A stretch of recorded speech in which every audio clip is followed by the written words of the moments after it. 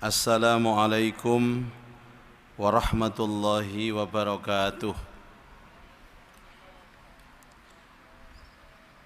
Bismillahirrahmanirrahim. Alhamdulillahi rabbil alamin. Wassalatu wassalamu ala ashrafil mursalin Sayyidina wa maulana Muhammad wa ala alihi wa sahbihi ajma'in. Subhanaka la ilma lana illa ma 'allamtana innaka antal alimul hakim. Rabbi shrah li sadri wa yassir li amri wahlul 'uqdatam min lisani yafqahu qawli. Wa qala al-musannif rahimahullahu ta'ala wa nafa'ana bihi wa bi ulumihi fid dharain amin ya rabbal alamin. Ma'asyiral muslimin wal muslimat, Bapak Ibu jamaah Salat Maghrib Masjid Nasional Al-Akbar Surabaya serta seluruh pemirsa dimanapun berada rahimakumullah. Kita berdoa mudah-mudahan salat kita diterima Allah, dapat menghapus dosa-dosa kita dan dapat membuka pintu barokah dan rahmat Allah dalam hidup kita. Semoga Allah buka pintu hidayah untuk kita semua sehingga kita mendapatkan ilmu yang manfaat. Amin. Allahumma amin. Al-Fatihah. A'udzu billahi minasyaitonir rajim. Bismillahirrahmanirrahim. Alhamdulillah rabbil alamin. Arrahmanir rahim. Maliki yaumiddin. Iyyaka na'budu wa iyyaka nasta'in. Ihdinas siratal mustaqim. Shiratal ladzina an'amta 'alaihim.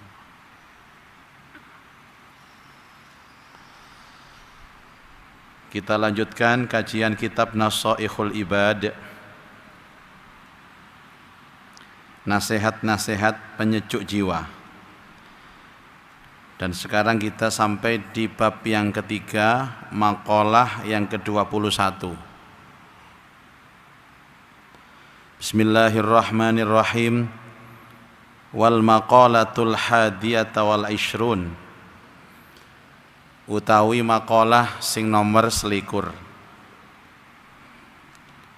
Maqalah nomor 21. Makanya angka itu kan tergantung siapa yang menilai ya. Niki nek kena arek preman nomor selikur iku apa artine? Karo Pak sampean. Selikur iku napa? Nah, tapi karena kita ngaji ya enggak bahas iku. Wal maqalatul hadiyata wal ishrun, adapun makalah nasihat nomor 21. An Aliyin radhiyallahu anhu, dari Ali bin Abi Thalib radhiyallahu anhu wa karramallahu wajhah, semoga Allah memuliakan wajahnya Ali. Ini sudah saya jelaskan di pertemuan yang lalu tentang radhiyallahu an sama karramallahu wajhah.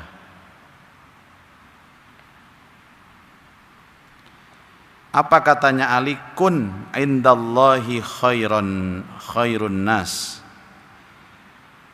Kun, jadilah kamu, indallahi, menurut Allah, khairun nas, menjadi sebaik-baik manusia. Jadilah orang yang terbaik menurut Allah. Wa kun indan nafsi syarrun nas. Wa kun, dan jadilah kamu, indan nafsi, menurut diri, syarrun nas, sejelek-jelek manusia.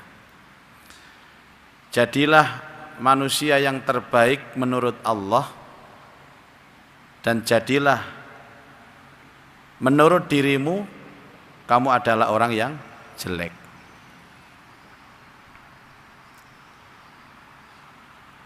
Ini prinsip hidup, Pak.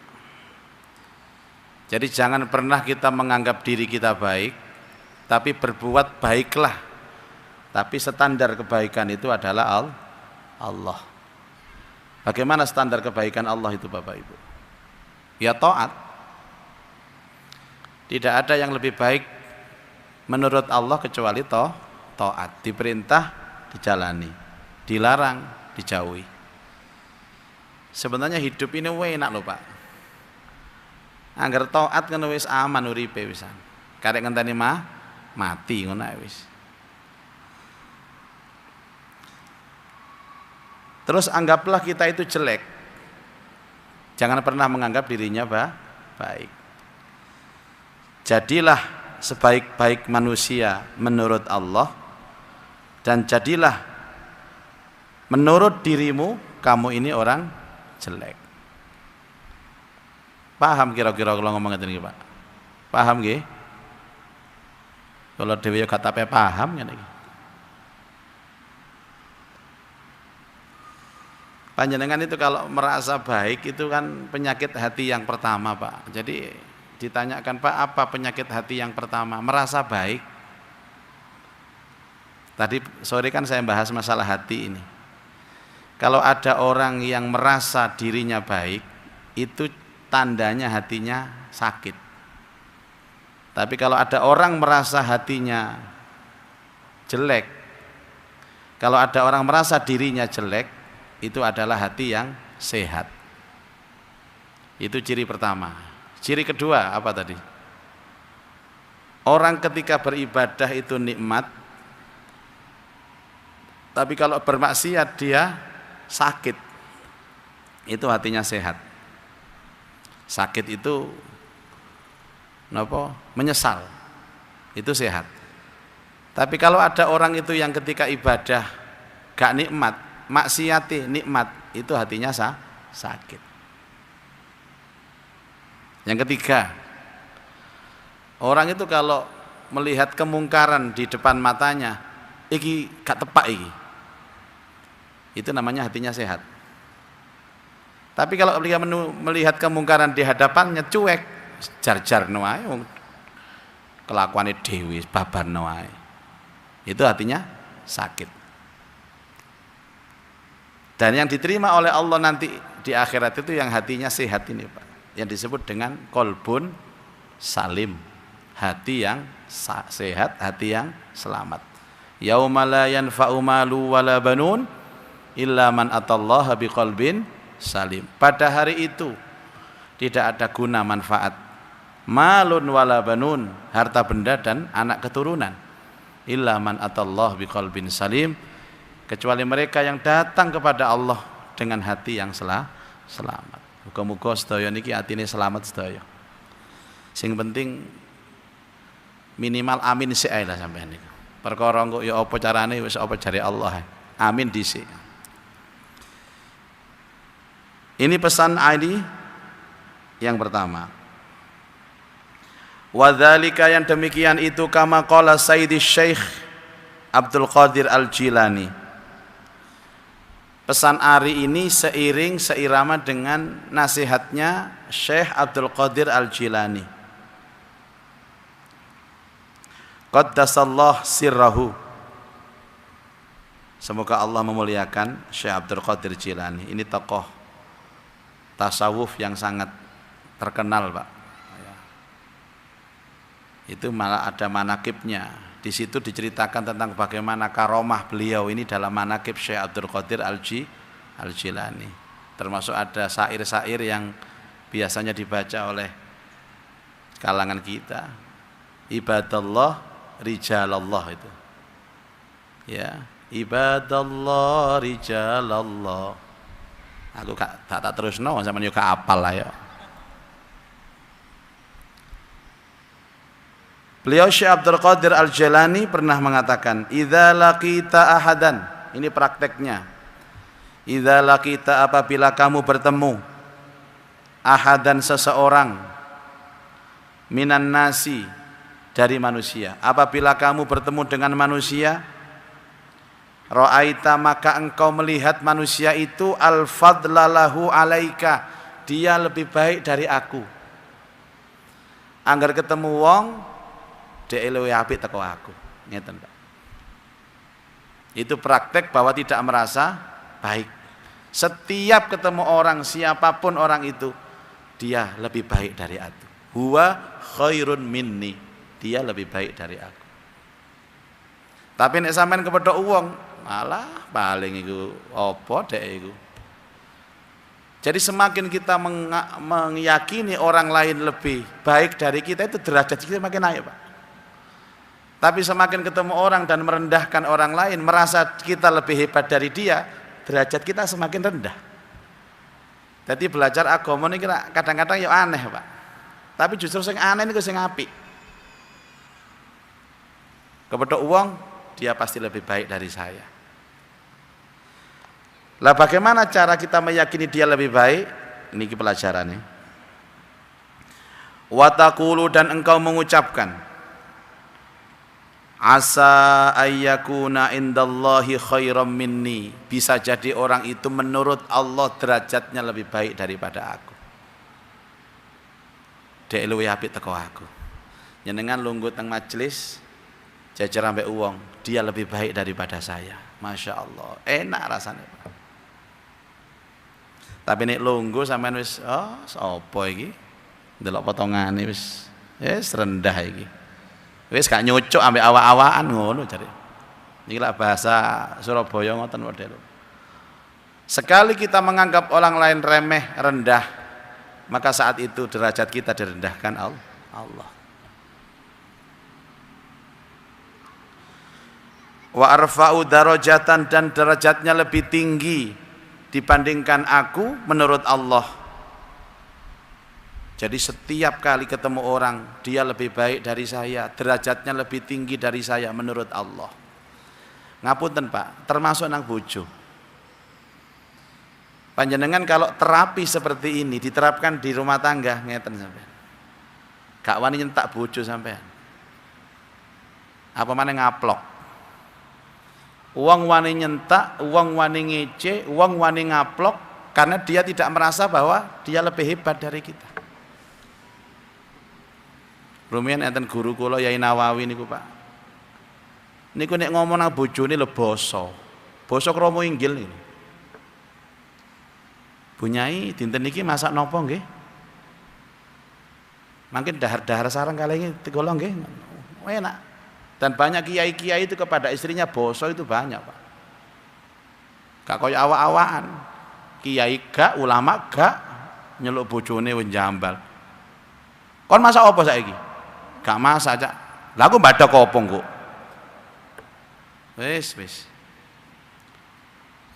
Gak bahaya ta iki? Astagfirullahaladzim. Jadi Bapak Ibu, orang itu semakin tinggi ilmunya, dia semakin menghormati orang Pak. Enggak kepingin dihormati orang. Coba ditanya, semakin tinggi ilmunya, dia semakin menghormati orang, bukan minta dihormati. Masya Allah. Fa in kana saghiran, apabila kita bertemu dengan anak kecil, nek ketemu arek cilik, qulta, kamu mengucapkan dalam hati, hadza lam ya'sillah, arek iki gak tahu maksiat nang Allah, wa ana qad asaitu, tapi aku banyak maksiat kepada Allah. Tadi sampean hormat ambek arek cilik lho dihormati Pak. Ya, arek cilik niku dihormati. Napa alasannya menghormati arek cilik? Arek cilik iki gak duwe dosa, tidak pernah maksiat, sementara aku maksiatnya banyak. Dari situlah saya menghormati anak kecil. Oh, Rasulullah itu kalau kepada anak kecil sayangnya luar biasa Pak. Kadang dirangkul, diambung tangane. Itu Rasulullah. Ya cucunya sendiri, anak orang lain juga sama. Kalau panjenengan merasa bahwa anak kecil ini tidak pernah dosa dan kita dosanya banyak, akan muncul kalimat untuk menghormati dia. Fala syakka, maka tidak ada keraguan lagi, annahu, sesungguhnya anak kecil iku khairum minni, lebih baik daripada aku. Kalau ada seorang tua yang punya perasaan seperti ini bahwa anakku lebih baik dari aku, alasannya anakku masih kecil tidak pernah maksiat, sementara aku wis gerang akeh maksiati. Gak ono wong tua nyentak anake Pak, apalagi gepuk, apalagi ngidoni, gak ono. Nang anak iku teko niku tangane disalimi, bareng ngono balik tangane anake disalin. Tapi nek gak ngono Pak, is alamat sampean. Kon iki anakku apa kon niku? Kano aku gak ono kenang donya iki. Aku sponsormu aku iki. Astagfirullahaladzim. Makanya orang itu kalau sudah bisa harokah hidupnya itu seperti itu Pak, Masya Allah. Ini kalau derajat jenengan munggah terus. Jadi semakin kita menghormati orang lain, derajat kita semakin diangkat sama Allah. Semakin kita menganggap remeh, merendahkan orang lain, derajat kita pun direndahkan sama Allah. Jadi kalau lihat rumus kehidupan ini kan simpel. Pengen derajati munggah, hormati orang lain. Wong arek cilik nih lho Pak, dihormati dengan satu alasan, ini anak bersih. Makanya begini, ada istilah anak yatim Pak ya, anak yatim. Kadang-kadang kita itu mengundang anak yatim, doa bersama anak yatim. Pabrik, perusahaan, apa niku. Gubernur kita ini, Gubernur Jawa Timur ini, tidak ada satupun acara kecuali harus ada anak yatimnya. Tidak ada satupun acara kecuali harus ada anak yatimnya. Bu Khofifah ini. Soalnya kalau sering derek. Cuman suatu ketika tak delok kok anak yatim ini gerang-gerang. Sing wedok kok wis mentek kabeh ini anak yatim mikir ini. Kamu kelas berapa nak? Saya SMA. Kamu? Saya mau kuliah Pak. Waduh, iki anak yatim expired tulisan iki. Anak yatim yang sesungguhnya itu anak yang ditinggal bapaknya meninggal dan usianya belum balik Pak. Itu anak yatim asli. Kenapa kok ada usia belum balik? Karena anak yang belum balik itu belum taklif, tidak kena hukum. Sehingga dia maksiat pun gak dosa. Mulane anak sing gurung balik niku fitrah bersih. Lah nek bersih nek ndonga kabul Pak wong bersih. Makanya dulu kula teng pondok jare yai Muzaki keliling kabeh yo iki kate salat istisqa njaluk udan. Tolong sing duwe anak cilik bayi kongkon nggawa nang lapangan. Ngoten yai piye. Sing duwe kewan-kewan ayam wedhus kongkon nggawa nang lapangan. Napa yai? Soale sing dirungokno dongane Allah ya arek cilik ambek wedhus-wedhus iku. Nek cara kula Pak ya gak ngomong ngono jane, cuman kula ngrungok nek kon gak mungkin ditrungokno wong kon maksiat tok, dosa tok isine kon iki. Yang punya anak kecil belum balik ajak semua ke lapangan. Karena mungkin aminnya anak kecil ini Pak, dia kan merasa butuh air juga, butuh hujan. Itu yang didengarkan oleh Allah dengan alasan gak duwe dosa. Makanya anak yatim yang doanya makbul itu anak yatim yang belum balik. Jenengan anak yatim ya durung balik Pak. Nek wis balik bapak yatim itu, ibu yatim lah. Itu kalau sudah anak yatim belum balik, waduh kalau sudah amin Pak, wis malaikat kabeh ya melok amin. Makanya saya sering mengatakan rumah itu kalau ada anak kecilnya mesti barokah. Tak kandhani sampean. Oma nek ana arek cilike durung balik mesti barokah. Rezekine semili tok. Makane gawe anak sing akeh sampean. Malaikat-malaikat rahmat niku senengane mlebu nang gone oma sing ana arek cilike sing durung balik. Wis mbok carane kok mari ngaji sampean omahe kudu ana arek cilike, mbok carane gak ero aku, mbok gawe anak maneh, mbok nyelek anake tangga, terserah sampean. Malaikat rahmat yang bawa rizki, bawa kebahagiaan, bawa keselamatan itu ada dalam rumah yang ada anak kecilnya yang belum balik. Makanya seorang nenek yang baik dia akan nyuruh cucunya tinggal bersamanya. Ngomong nang anak enak, kon nyambut gawe yo, bojomu nyambut gawe yo, anakmu titip nembah gak apa-apa. 3 wulan aja dicoba gak apa-apa. Iku jenenge nenek cerdas. Ana maneh nenek gak cerdas, apa? Dititipi putune gak gelem. Ngomong, ojo sampai yo anakmu melok aku. Anakmu ruwet.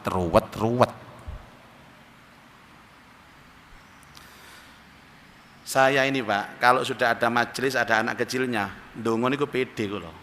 Pede, teman pede. Karena mereka ini ikut mengamini dan mereka masih fitrah suci, langsung kabul.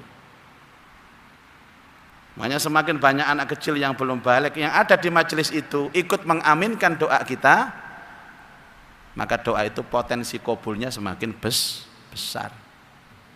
Nggih aku gak ngremeno bapak-bapak gak, tapi ndelok potongan ya padha mbek aku. Nglakoni itu dosa. Wa in kana kabiron, dan jika bertemu dengan orang yang umurnya sudah sepuh, lebih sepuh dari kita, tadi kan lebih muda dari kita. Kulta engkau berkata, hadza qad abadallahu qabli, orang ini ibadahnya lebih lama dari saya. Sebelum saya lahir dia sudah beribadah kepada Allah. Berarti derajatnya lebih tinggi dari saya. Oh enak Pak. Ndelok arek cilik iki gak duwe maksiat iki luwih mulya teko aku. Ndelok wong tuwek iki mesti ibadah luwih akeh teko aku. Dan derajatnya lebih baik daripada aku. Ada seorang suami yang mengira istrinya yang ibu rumah tangga itu tidak punya peran dalam rumah tangga. Mama kau niku nang omah lapo ae ket mau. Oh, dasteran ae. Padahal di rumah itu pekerjaannya banyak Bapak Ibu. Koyok kanca-kanca lho, macak sing ayu. Melok sosialita, melok arisan. Ojo nang pawon ae kon niku. Dasteran ae. Padahal tugas mulia itu di situ, Pak. Akhirnya nurut nang bojone, suatu ketika sing wedok nang salon. Macak wayu, melok arisan rono rene. Kanca-kancane. Akhire apa? Umbak-umbakan 5 bak gak ono. Jenenge piring numpuk nang kora-korahan. Sing lanang teko. Ya apa sih wong wedok? Umbah-umbahan ting celengkrah kaya ngene. Piring numpuk gak dikorahi. Sing wedok ngomong, wingi jare dikongkon melok sosialita. Kongkon melok arisan, kongkon macak. Saiki protes maneh. Ya apa enak iki? Pancene wong lanang gak wedi anjene kok. Makanya saya ditanya, Pak, kenapa ihramnya perempuan itu lebih dimudahkan Allah daripada ihramnya laki-laki? Jenengan mangkene umroh haji, nek ihraman itu kan hanya 2 helai kain. Tidak boleh berjahit, tidak boleh pakai celana dalam. Wangil loh Pak. Wangil loh Pak. Makanya wingi jamaah haji niku kaya latihan. Sing durung gak kulino, gawe celana dalam sampean kulinakno. Nek iso nang pasar gak usah pakai celana dalam. Biar kulino. Karena banyak di sana itu waktu tawaf, Pak, mlakune iso jendit-jendit ngoten lho. Jendit kaget ngoten. Kaget ngene. Lah apa Pak sampean niku Pak? Jingkat-jingkat niku. Keri Ustaz. Kak pengalaman sampai. Tapi perempuan coba, perempuan itu kan memakai baju menutup seluruh tubuh kecuali wajah dan telapak tangan. Mudah kan? Kenapa? Karena tugasnya di rumah berat. Jelas ngoten lho Pak. Wong lanang koyo yo Pak metu nyambut gawe, gaya sampean niku. Nang kantor dasian sepatuan. Apa? Surenan rapi. Bojo niku sing sora. Makanya sampai ada Rasulullah mengatakan ukuran kebaikan seorang suami itu adalah yang paling baik kepada istrinya sebagai penghargaan atas pekerjaan istrinya ngurus rumah. Tapi ya gak kabeh bojo kaya ngono, kadang-kadang bojone ya megitak ya ana, bojo sing wedok megitak ya ana, gak ngereken omah ya ana. Wa in kana aliman, apabila bertemu dengan orang yang alim, kulta engkau mengatakan hadza a'tama lam ablagh, orang ini diberikan Allah ilmu yang tidak diberikan kepadaku.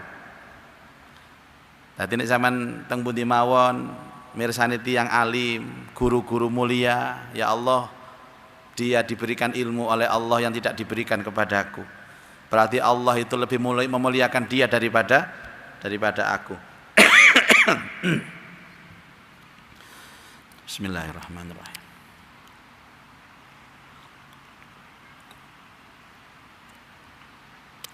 Wa nala ma lam anal, dan dia memperoleh apa-apa yang tidak bisa aku peroleh. Wa 'allama ma jahiltu wa huwa ya'malu bi ilmi, sementara aku adalah orang yang bodoh dan dia mengamalkan ilmunya. Niku ndelok wong alim. Sakniki ndelok wong bodoh, Pak. Ya menghormati nang wong bodoh. Wa in kana jahilan, apabila bertemu dengan orang bodoh, kulta, kamu berkata, hadza asallallahu bijahli. Orang bodoh ini kalau seandainya dia bermaksiat, tapi dia maksiat karena kebodohannya, dia tidak ngerti hukum, nggak ngerti agama, maka dia mulia. Sementara aku, wa ana asaituhu bi ilmin, aku bermaksiat padahal aku mengerti tentang ilmunya. Dek wong bodoh maksiat gak ero ancene. Lah aku maksiat wong aku ngerti. Berarti mulia dek timbangane aku, mulia dia daripada saya. Lo sampai ketemu orang bodoh itu lho, Pak, memuliakan. Masya Allah. Orang yang seperti ini orang yang dipersiapkan oleh Allah untuk mendapatkan kebahagiaan yang benar-benar bahagia. Apa itu? Pokoknya seneng tok pokoknya, Pak. Dan orang ini biasanya hidup dimanapun, hidup bersama siapapun, bisa beradaptasi.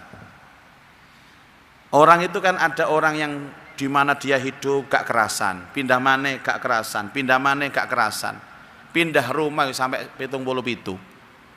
Jadi gak cocok ambek uang. Kenapa, Pak? Ya karena dia tidak bisa menghormati orang lain. Nah, bagaimana orang lain menghormati dia? Enggak bisa menghormati wong liya.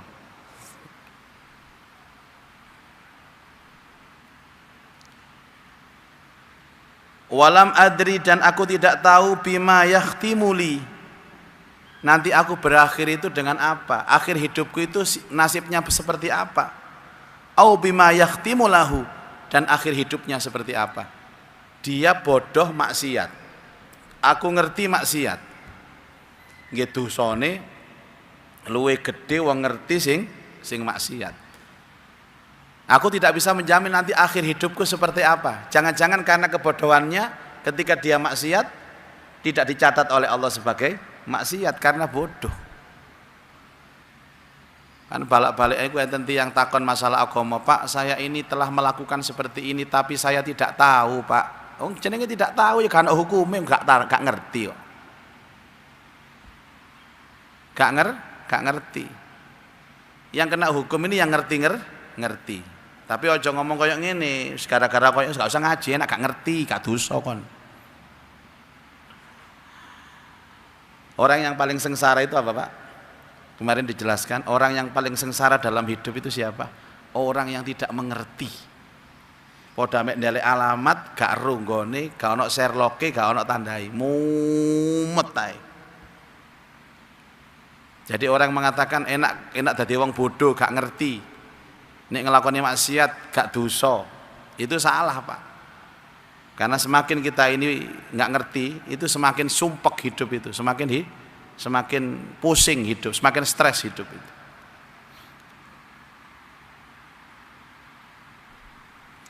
Terus yang terakhir, Pak, wa in kana kafiron, jika kamu bertemu dengan orang kafir, sampai orang kafir dihormati.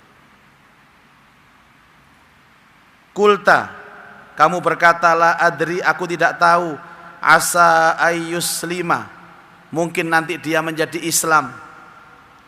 Fayakhtimu lahu bi khairil amal, dan diakhiri dengan akhir yang baik. Wa asa an akfur, bisa jadi aku ini nanti jadi kafir. Fayakhtimu li bisuil amal, dan Allah mengakhiri hidup saya dengan kejelekan. Ini pesan Syekh Abdul Qadir, Pak. Nek ndelok wong kafir jangan dicela. Sekarang mungkin dia kafir, bisa jadi besok dia Islam. Lah awak dhewe sakniki Islam, bisa jadi besok jadi kafir. Tetap dihormati terus. Enten sing takon ngeten wingi niku, Pak, kira-kira kula niki kurban. Dadak enten tiyang kafir niku njaluk. Sing dimaksud kafir niku non muslim niku lho, Pak.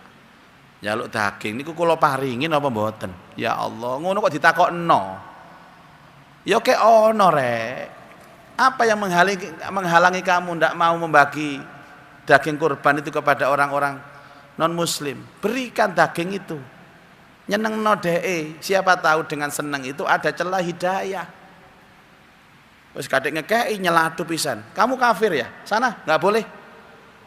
Saman koyo opo ae Pak sampean niku. Bahkan kalau saya Pak, kan ada 3 bagian kurban. Pertama bagian kurban untuk fakir miskin. Yang kedua bagian kurban untuk yang berkurban sendiri boleh ambil. Yang ketiga umum, siapapun boleh ngambil. Orang kaya pun boleh ambil bagian dari daging, tapi ojo akeh-akeh wong sugih sampean. Termasuk di dalamnya itu orang yang tidak beragama Islam. Sampean kei Pak. Sampean kasih daging. Diteri nang omahe. Saya punya tetangga 3 itu non muslim, setiap saya korban alhamdulillah tak kei kabeh. Embo dimasak, embo pokok tak kei Pak. Jadi urusan memberi, jangan ada urusan ini agama apa. Kalau balak-balik ngomong nek nulungi wong, bantu wong, ojo takon agamane apa. Itu ciptaan Allah. Ojo maneh wong menungso, Pak. Kewan ae lho wajib. Umpama ana kucing iku melok antri kupon kurban, ya sampean kei kucing ya, Pak. Umpama lho. Dia itu kan ciptaan Allah. Wong kepada binatang pun harus kasih sayang, kok kepada manusia tidak kasih sayang. Siapa tahu orang itu sekarang kafir, besok mukmin. Bagaimana cara Rasulullah berdakwah? Fa bima rahmatim minallahi lintalahum. Kalau bukan karena welas asihnya Rasulullah, tidak mungkin banyak orang-orang musyrik Mekah itu sama masuk Islam. Walau kunta faddan ghalidul qalbi lan faddu min haulik. Seandainya kamu Muhammad keras, mentang-mentang tidak ada orang yang mau masuk Islam. Karena itu fa'fu anhum, maka maafkan mereka, wastaghfir lahum, ampuni mereka, wasyawirhum fil amr, ayo gemar bermusyawarah. Fa idza azamta fatawakkal 'ala Allah. Kalau sudah musyawarah silahkan tawakal kepada Allah. Ini ada orang non muslim Pak, tapi baik hati, enggak ngerti Pak, mesti ngirim sapi tenggulo. Saya tidak sebut namanya, mesti kenal sampean. Ini orang nasional soalnya, mesti ngirim sapi. Terus di WA, Pak Yai saya ikut kurban ya. Saya minta tadi aku ya apa kira-kira? Tadi aku ya apa kira-kira? Diterima napa mboten sapi ini niku? Ya saya terima. Tapi bagi kita yang ngerti agama, ini bukan kurban Pak. Sudah saya menerima, nyeneng no hati ini. Enggak ada nerima sapi ya kok. Cek kemenyek sih sama niku. Emosi aku ngene iki. Terimalah Pak, sampean sembelih. Itu masih banyak yang menunggu dagingnya. Orang-orang yang antri kupon daging kurban itu gak ngerti iki kurban, iki akiko, iki kayak wong kafir, gak weruh. Rone aku oleh daging beres. Yang tahu kan panitianya. Bahkan beliau ini ngirim sapi 1 plus uang 1 juta untuk operasional. Jarang loh Pak wong kurban ngambil kayak duit itu jarang. Malahan ono sing kurban niku meterno sapi ambek ditunggo iya sing beleh ditunggo iya. Ambek dipeseni Pak engko sampil papat kena aku ya Pak ya. Ndase kena aku. Jeroan-jeroan, paru, jantung engko kena aku kabeh Pak ya. Sing beleh melongo ae. Dadi ini sampeyan iki titip belet tok rene iki. Orang kafir pun kita hormati Pak. Karena kita nggak tahu akhir hidupnya dia mukmin. Makanya sampai melecehkan kafir. Rasulullah mengatakan orang yang mengatakan orang lain kafir, fakot kafar, dia kafir sendiri. Mosok adiwoco sih hadise kira. Jangan enteng-enteng ngilokno wong kafir Pak. Sampeyan kita menang iman ta sampeyan iki.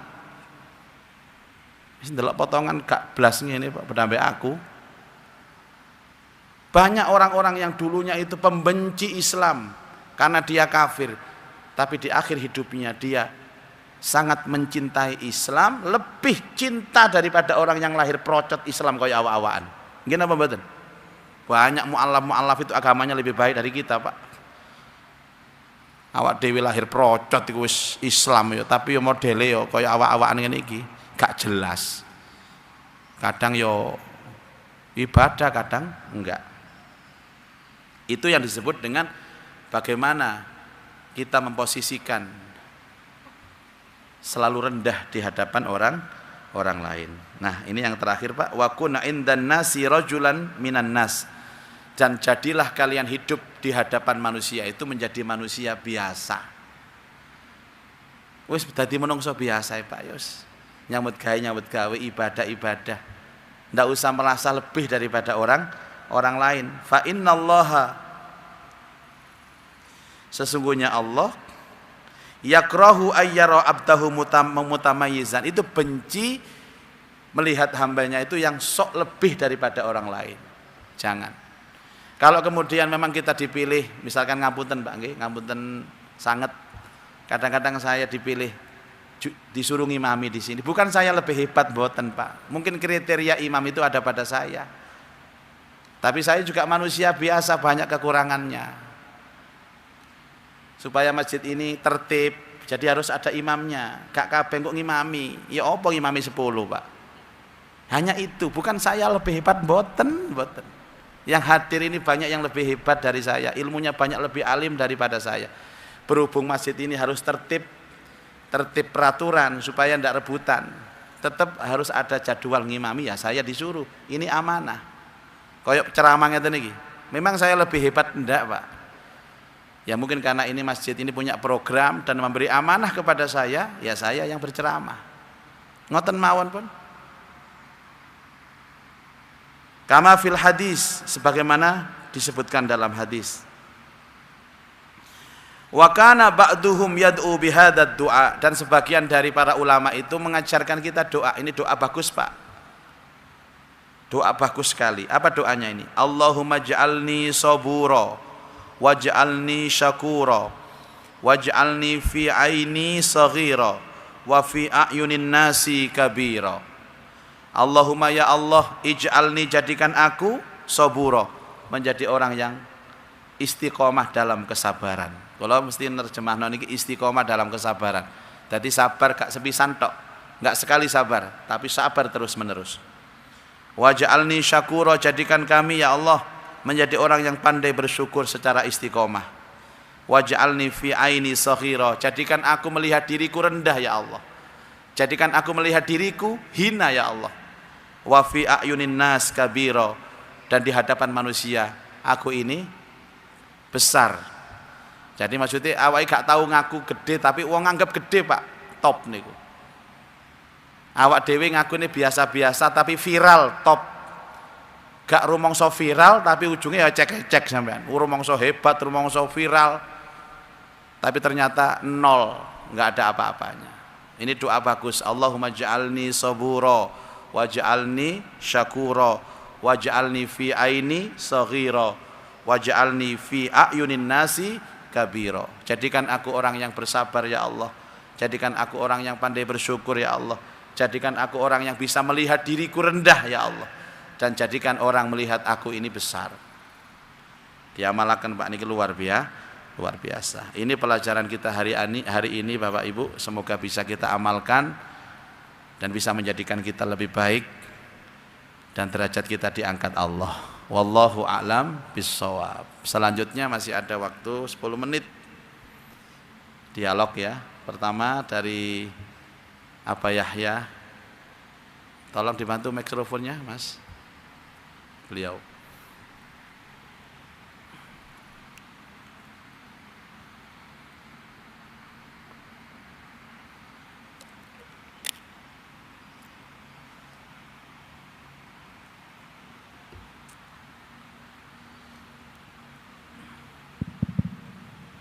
Assalamualaikum warahmatullahi wabarakatuh. Mohon maaf Ustaz. Waalaikumsalam warahmatullahi wabarakatuh. Satu aja pertanyaan. Mohon penjelasan Ustaz. Perkataan para sahabat, khususnya seperti Sayyidina Ali, Sayyidina Umar, apakah itu bisa dipakai sebagai acuan sebagaimana hadis Rasulullah? Mohon maaf, terima kasih. Perkataan sahabat apakah dipakai sebagai sandaran hukum atau pijakan hukum? Jawabannya sangat bisa, Pak. Kita ini kan ahlus sunnah wal jamaah. Artinya apa? Mengikuti sunnah Rasul dan sunnah sahabat. Apa yang keluar dari mulut seorang sahabat ini kan jelas sama dengan yang keluar dari mulut Rasulullah. Rasulullah itu pernah mengatakan kepada sahabat begini, kullukum adilun, wahai sahabatku, kamu semua adalah orang-orang yang adil. Maknanya orang adil itu kalimatmu, kata-katamu, nasihatmu itu seperti nasihatku. Dan Bapak Ibu bertanya, siapa orang yang paling baik keimanannya, kesolehannya setelah Rasulullah? Sahabat. Hadisnya sahih, khairukum qarni summal ladzina yalunahum summal ladzina yalunahum. Sebaik-baik kalian adalah kamu sahabatku, kemudian orang di bawahnya tabi'in, di bawahnya tabi'ut tabi'in, di bawahnya tabi'ut tabi'it tabi'in. Kalau kita sudah jauh, Pak, tabi'in wake tabi'ut tabi'ut tabi'ut tabi'ut tabi'ut sampai 1000 baru kita tabi'in. Dulu Rasulullah ketika melepas siapa? Seorang sahabat yang menjadi gubernur Yaman itu, dia mengatakan, kalau kamu memutuskan perkara, ya, bagaimana cara memutuskan perkara? Apa jawabannya? Saya akan memutuskan perkara berdasarkan firman Allah dalam Quran. Nabi tanya lagi, kalau nggak ada, saya memutuskan perkara berdasarkan sunnah Rasulullah. Kalau tidak ada, saya memutuskan berdasarkan ijma' para sahabat.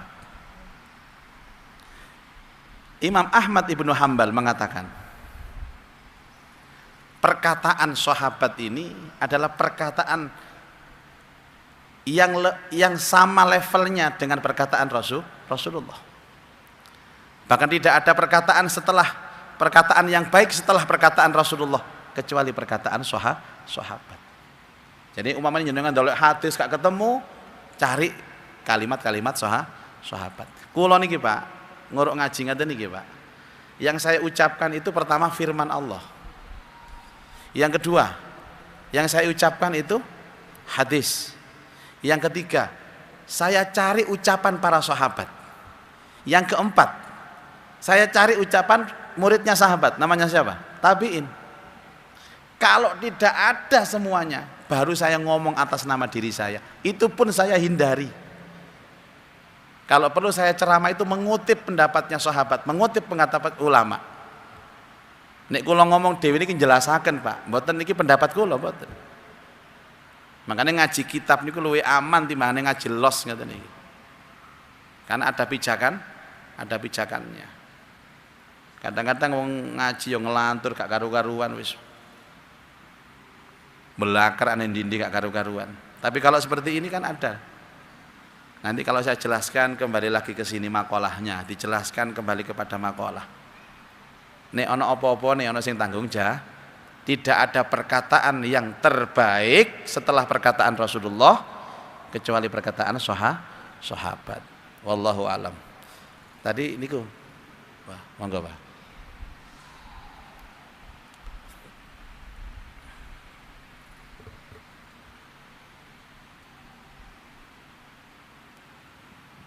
Assalamualaikum warahmatullahi wabarakatuh. Waalaikumsalam warahmatullahi wabarakatuh. Ada pertanyaan, bagaimana kita bersikap jika menemui seseorang yang mengucapkan pujian kepada kita, Pujian. dimaksudkan untuk berterima kasih. Ya, beliau berterima kasih atas apa yang sudah kita pernah sampaikan, ya. Tapi sifatnya memuji. Okay. Kira-kira menurut Ustadz sebaiknya kita merespon bagaimana? Ya. Terima kasih. Assalamualaikum warahmatullahi wabarakatuh. Waalaikumsalam warahmatullahi. Itu diajarkan oleh guru-guru kita, kalau panjenengan dipuji sama orang, apapun bentuk pujiannya, kalimatnya, ucapkan tahmid sama sholawat. Ya tapi dalam hati saja Pak. Alhamdulillah wassalatu wassalamu ala rasulillah. Atau alhamdulillah Allahumma sholli ala sayyidina Muhammad. Kados ngeten nggih, enten tiyang niku mau pengajian, kula mirengaken jenengan pengajian niku Ustaz, ati kula adem. Pancene jos sampeyan ngono nek ngelem kula Pak. Jos koyok minuman ae. Nggih ati kula ngomong, alhamdulillah. Allahumma sholli ala sayyidina Muhammad wis. Yang punya pujian adalah Allah, dan yang menjadikan saya seperti ini, yang mengajarkan saya seperti ini adalah Rasulullah. Artinya yang pantas dipuji hanya Allah, dan manusia yang terpuji hanya Rasulullah. Pokoknya sama dilem napa mawon, apakah itu bentuk ucapan terima kasih atau pujian-pujian dari munafik-munafik. Yang munafik kan sering memuji Pak, sama dipuji-puji ujung-ujungnya cak aku butuh duit, cak aku cak lah utang duit. Apa ae pujian, ucapkan hamdalah dan ucapan sholawat atas Rasulullah. Tapi dalam hati Pak, sama niku loman nggih Pak nggih, masya Allah, Bismillah, Allahumma sholli ala Muhammad, gak enak nang hati ae. Itu zikirnya hati. Insya Allah hatinya selamat Pak. Karena dalam hadis mengatakan kalau ada orang memuji kamu, siramlah dia dengan pasir. Temenan lah zaman siram sampai pasir. Iso gelut sampai ya. Maksudnya hati-hati dengan orang yang memuji. Banyak orang yang memuji itu justru menjerumuskan kita. Makanya untuk mengamankan itu, ucapkan alhamdulillah dan sholawat kepada Rasulullah. Ngoten nggih? Tadi ada lagi, monggo pergi.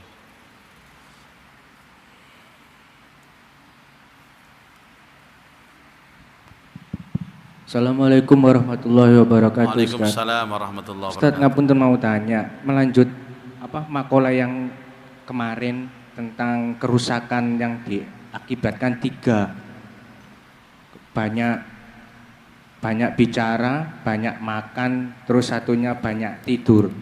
Yang saya tanyakan yang banyak tidur, apakah ada waktu tertentu yang Ustadz untuk dilarang tidur atau anjuran tidak boleh tidur di waktu-waktu tertentu? Terima kasih Ustadz. Assalamualaikum warahmatullahi wabarakatuh. Lebih lengkapnya ada 4. Banyak makan, banyak bicara, banyak tidur, banyak bergaul. Banyak bergaul itu artinya banyak waktu tersita untuk ngobrol gak jelas gitu Pak. Nah ini ditanyakan itu tentang tidur. Betul Bapak Ibu, tidur ini pengaruh sekali dalam kehidupan. Makanya ada tidur yang sangat dianjurkan, ada tidur yang dilarang. Yang dianjurkan oleh Rasulullah itu ya pertama tidur malam. Tidur malamnya itu menjadi prasyarat untuk melakukan tahajud. Makanya tidak ada sebaik-baik tidur malam kecuali diniatkan, ya Allah saya niat tidur supaya nanti bangun bisa enak tahajud. Ngeten sampean. Jarang sama niat turu kok ngene jarang. Wis turun dekok ngono ae wis moro-moro ngorok ngiler melungker ngono ae wis. Rasulullah, ya Allah berikan aku kenikmatan dalam tidur supaya malamku bisa bangun. Oh tidur ini Pak isinya pahala terus. Dan dalam sejarah Rasulullah itu hanya tidur rata-rata beliau hanya 3 jam tidur malam itu Pak. 3 jam. Ini tidur yang pertama dianjurkan. Yang kedua qailulah. Tidur menjelang zuhur itu dianjurkan. Menjelang zuhur. Ada ulama mengatakan qailulah juga setelah zuhur. Kalau menjelang zuhur, sekarang zuhurnya 10:30 ya 10:30 jam 11. Habisnya waktu duha itu loh Pak, tidur. Namanya qailulah. Qailulah itu dari kata qalilah, sebentar. Ya setengah jam saja. Itu untuk recovery itu bagus sekali. Mungkin kalau bapak-bapak sekarang pekerja, ada waktu istirahat, tengah-tengah itu tidurlah. Itu yang paling dianjurkan. Dan tidur yang paling dilarang oleh Rasulullah itu tidur ba'da subuh dan tidur ba'dal asar. Tidur setelah subuh dan tidur setelah asar. Itu kalau panjenengan baca kitab Ta'lim Muta'alim, tentang bagaimana orang bisa mendapatkan ilmu, mudah menghafalkan ilmu, menghafal Quran, menghafal hadis. Jangan tidur ba'da subuh, jangan tidur ba'dal asar. Bahkan ada ulama meneliti orang itu kalau tidur ba'da subuh diulang sampai 40 hari berturut-turut, tidur ba'da asar diulang 40 hari berturut-turut, dijamin linglung alias gendeng. Sama coba mulai meneh 40 dino. Merolak toleh, pelongo sampean. Itu tidur. Lu sampai urusan tidur pun diatur oleh Rasul sallallahu alaihi wasallam. Baik Bapak Ibu, terima kasih karena waktunya sudah habis. Kita tutup dengan doa. A'udzubillahi minasyaitonirrajim. Bismillahirrahmanirrahim. Alhamdulillahirabbil alamin. Allahumma shalli ala sayidina Muhammad wa alihi wa sahbihi ajma'in. Allahumma anfa'na bima 'allamtana wa 'allimna ma yanfa'una wa zidna ilman nafi'a. Allahumma rzuqna fahman nabiyyin wa hifdzal mursalin wa ilhamal malaikatil muqarrabin. Rabbana atina fid dunya hasanah wa fil akhirati hasanah wa qina adzabannar. Wa sallallahu ala sayidina Muhammad wa alihi wa sahbihi ajma'in.